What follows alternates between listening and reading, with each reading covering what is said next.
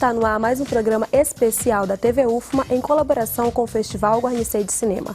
Hoje aqui comigo, um dos maiores cineastas da cinematografia brasileira, Neville d'Almeida, que é o homenageado da 39ª edição do festival. Primeiramente, Neville, seja bem-vindo ao Maranhão, em especial à TV UFMA. Obrigado, estou feliz e honrado em estar aqui no Maranhão, no Festival de Cinema, não é? Com essa homenagem que para mim é uma surpresa, e também abri o festival com o meu mais novo filme. Enfim, estou muito feliz de poder participar de todos esses acontecimentos nesse estado que tem uma personalidade única, não é? E dessa forma poder conhecer melhor essa história, esse lugar e essa tradição universal que tem o Maranhão. Neville, a gente gostaria de parabenizá-lo pela exibição do filme A Frente Fria que a Chuva Traz, e a gente queria saber um pouquinho qual é a sensação de ser o homenageado dessa edição. Olha, eu acho que é importante, que é claro, não é? Mas principalmente é emocionante estar aqui com vocês, poder passar 4 filmes, que é A Dama do Lotação, Rio Babilônia, Os 7 Gatinhos, que passou ontem, e Matou a Família e Foi ao Cinema. Poder passar esses 4 filmes e abrir o festival com o meu filme A Frente Fria, como você disse aí, é muito emocionante para um artista modesto que está fazendo cinema há mais de 40 anos. Enfim, não podia ser mais oportuno. Como eu comecei dizendo, você é referência na cinematografia brasileira e também na mundial quando se fala do cinema marginal. Eu queria saber de você o que é o cinema marginal e o que ele representa. O cinema marginal, esse é um rótulo, esse é um nome que deram como se fosse um cinema à margem. Mas, na verdade, é o oposto. Ele não é à margem, ele é a vanguarda. Ele está na frente. Porque o que eles chamam de cinema marginal, muitas vezes eles chamam de cinema marginal para te excluir, não é? Não, nós temos aqui o cinema oficial, o cinema dos bons, e ali é o marginal. Então, nós não aceitamos esse título de marginal. A gente não aceita o título de maldito, nós não podemos vestir nenhuma dessas capas e sentir orgulhoso com isso. O que eu quero dizer é que o cinema marginal é o cinema de invenção, é o cinema experimental, é o cinema que busca a inovação, que busca a renovação e, principalmente, que busca a liberdade artística, não é? A liberdade de linguagem, a liberdade poética. O futuro do cinema é o cinema marginal, é não aceitar o status, é não aceitar as formas convencionais e buscar o desenvolvimento da técnica, da narrativa, de todas as formas de manifestação cultural através dos mecanismos de exibição. Na década de 70, você foi uma das maiores bilheterias com A Dama do Lotação e repetiu esse sucesso também com Rio Babilônia e Navalha na Carne. Eu queria saber qual é o público desse tipo de filme? O público desse tipo de filme é o público geral, é para todas as pessoas. É porque existe uma coisa convencional no cinema. As pessoas falam assim, olha, não faz assim que não pega bem, não faz assim que não vai dar certo, não faz assim, não faz isso, não faz aquilo.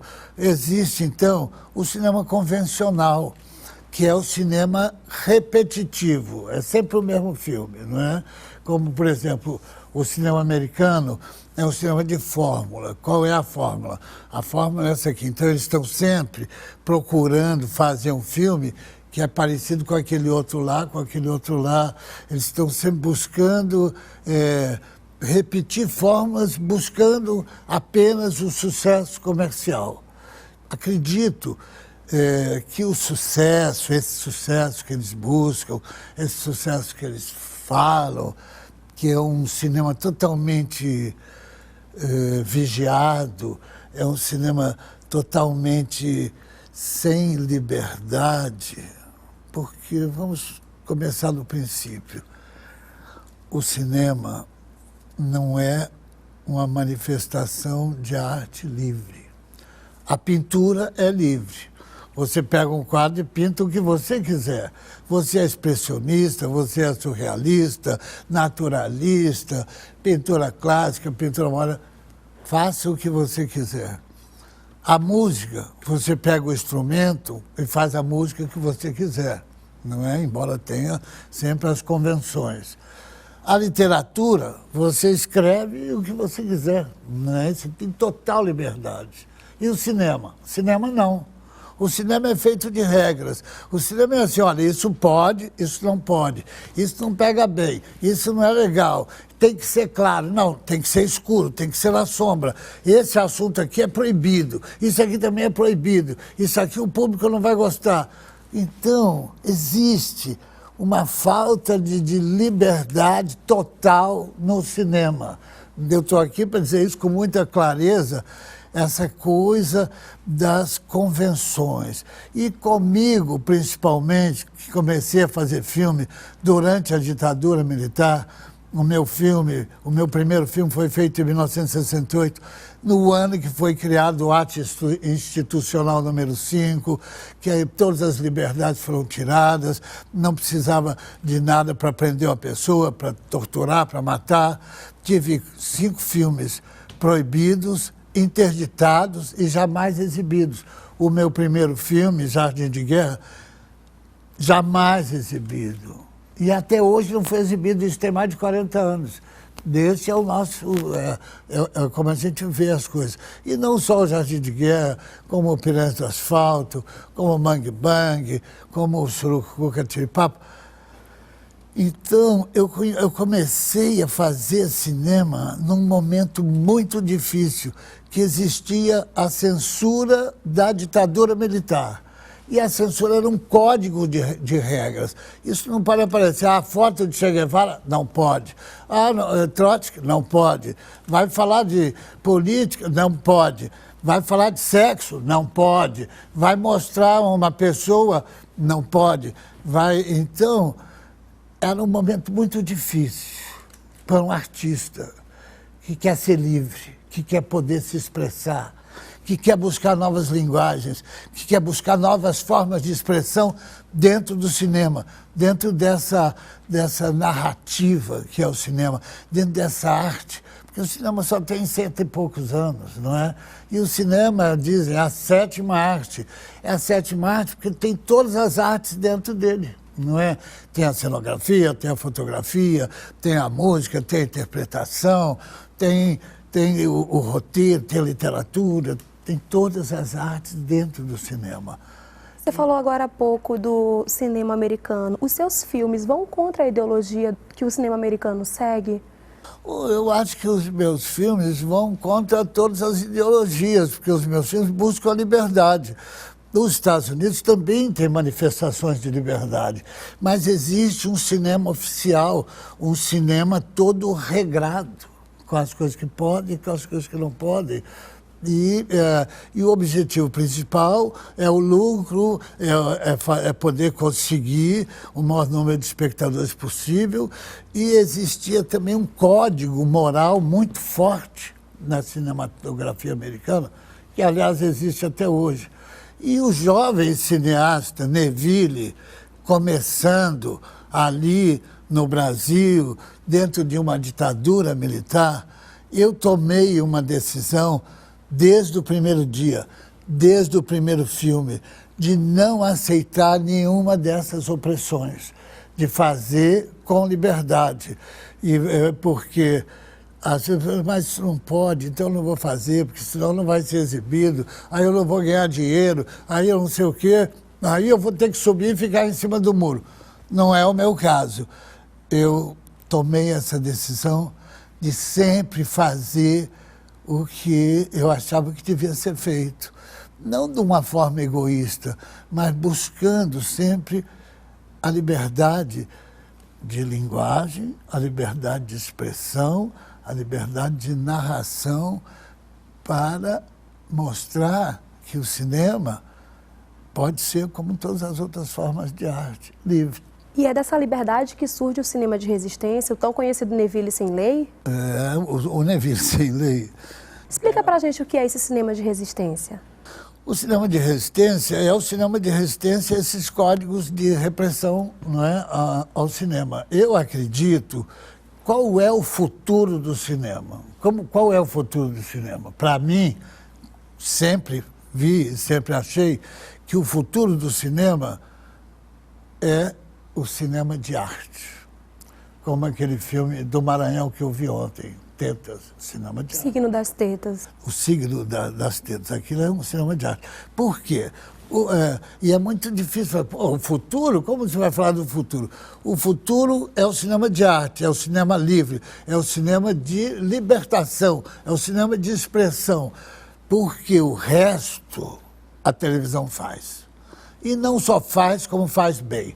Então, você não pode fazer um cinema que a televisão já faz até melhor. Porque a televisão tem também os seus códigos, as suas limitações, o que é totalmente justo, porque ela é aberta, ela é livre, está ao alcance das crianças, de todas as pessoas. O cinema tem uma outra função. O cinema tem a função de mostrar o que a televisão não mostra. E esse é o meu cinema. Esse é o cinema dos artistas de todos os tempos, dos grandes artistas das grandes tradições do cinema, de não aceitar as limitações. Essa é que é a verdade.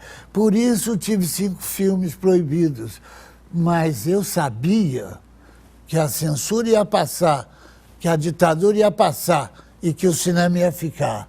Então, eu não fiz, mas tem que passar, tá bom, não vai passar. Mas o papel do artista é fazer. Eu sou fazedor, eu não sou mostrador, eu não sou exibidor. Eu faço, o cinema exibe. Se o cinema não exibe hoje, vai exibir amanhã. Falei com você aí. Fiz o meu primeiro filme, foi proibido, interditado, e até hoje não foi exibido. 40 anos. Mas nem por isso eu desanimei. Eu acho que isso faz o artista ficar mais forte, aumenta as suas convicções e dá ao artista essa coisa única de se alimentar e de se fortalecer na fraqueza. Então, eu conheci a censura, eu conheci o desprezo, conheci a humilhação, o descaso, não é, de você ser considerado uma pessoa subversiva, de você ser considerado uma pessoa que não é aceita, tudo isso. E isso me deu uma força ainda maior, entendeu?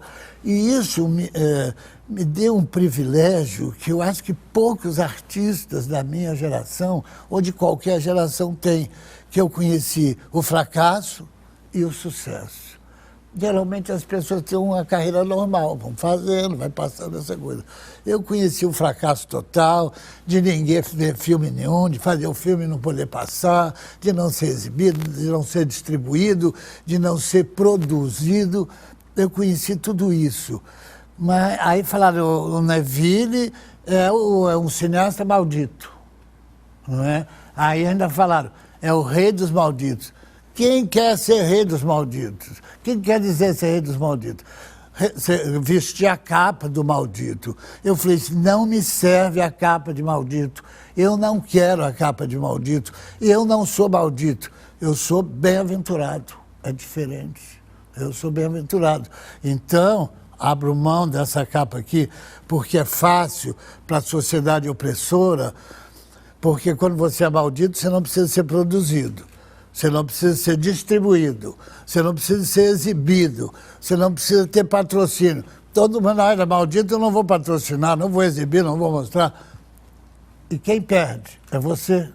Quem perde é o público. Quem perde são todas as pessoas que envolvem a produção de um filme. Porque o cinema é uma arte coletiva. Eu preciso de você que é o fotógrafo, preciso de você, eu preciso de você que é o cenógrafo, eu preciso de você que é o montador, eu preciso de você que é o maquiador, eu preciso de todos. Você não chega, essa coisa absolutista, eu faço tudo, o cinema não é assim. O cinema é arte industrial. Isso é maravilhoso, entendeu? De poder envolver uma equipe, de poder trabalhar com muitos talentos. E eu pensei comigo, não vou aceitar a pecha e a capa de Maldito. Vou fazer um filme para passar e fazer mais do que todos os outros. Entendeu? E mais do que todos os outros, não só mais do que os meus companheiros brasileiros, mas passar e fazer conseguir uma projeção maior do que os filmes estrangeiros que estão passando também. Então, para mim, foi assim. Qual o filme que está aí em primeiro lugar? Não, é o ET, não, é o Superman, não sei o quê. Vou fazer um filme que vai bater todos esses filmes. Como? Usando a mesma liberdade que eu fiz com os filmes que não passaram. E assim eu fiz A Dama de Lotação. Procurei o autor Nelson Rodrigues, pedi a ele os direitos de um conto, adaptei esse conto para o cinema, e ele me falou, mas você tem dinheiro para comprar? Eu falei, eu não tenho, mas espera que eu vou arrumar. Demorou 6 anos. E o que você acredita o sucesso do Dama de Lotação? Eu acredito o sucesso da Dama de Lotação ao talento, à liberdade, ao não convencional, porque eu acredito na inteligência do público. Eu sabia, já tinha feito 5 filmes que nunca tinham sido exibidos. Eu pensava, não por pretensão, por modéstia, mas eu pensava, o dia que passar um filme meu no cinema, vai mudar. Entendeu? Eu acreditava nisso uma vez e procurei dezenas de pessoas, todos rejeitaram, falaram que não queria, que não interessava, que não sei o quê. E uma vez uma pessoa, depois do sucesso, né, que muda tudo, uma pessoa falou assim, eu queria falar com você uma coisa, eu queria te pedir desculpa, porque a gente não acreditou em você. Eu falei assim, eu sabia que você não acreditava em mim. Eu sabia. Mas o importante não era você acreditar em mim. O importante era eu acreditar em mim e nas minhas ideias, entendeu? É porque um filme é uma soma de culturas. A Dama de Lotação é uma história de Nelson Rodrigues, nosso maior dramaturgo. A trilha sonora é do Caetano Veloso. A execução é da Cor do Som, o roteiro. A atriz é a Sônia Braga, o Jorge Dória, o Nuno Léo Maia. Então, eu busquei, como sempre, os maiores talentos que tinham para poder fazer. E dessa forma, fizemos um filme surpreendente, sem a moral vigente e, principalmente, sem a hipocrisia que domina o cinema. Por quê? Vamos ou venhamos. O que domina o cinema? O que domina o cinema é a hipocrisia total e absoluta. E domina não só o cinema, como a política, como uma opção de coisa. Mas eu não aceitei isso. Eu agradeço muito a Deus, sabe, de poder ter essa coragem, essa ousadia e de acreditar. Os artistas não acreditam em Deus. Não, Deus não existe, eu sou Deus, não é o que os artistas acham.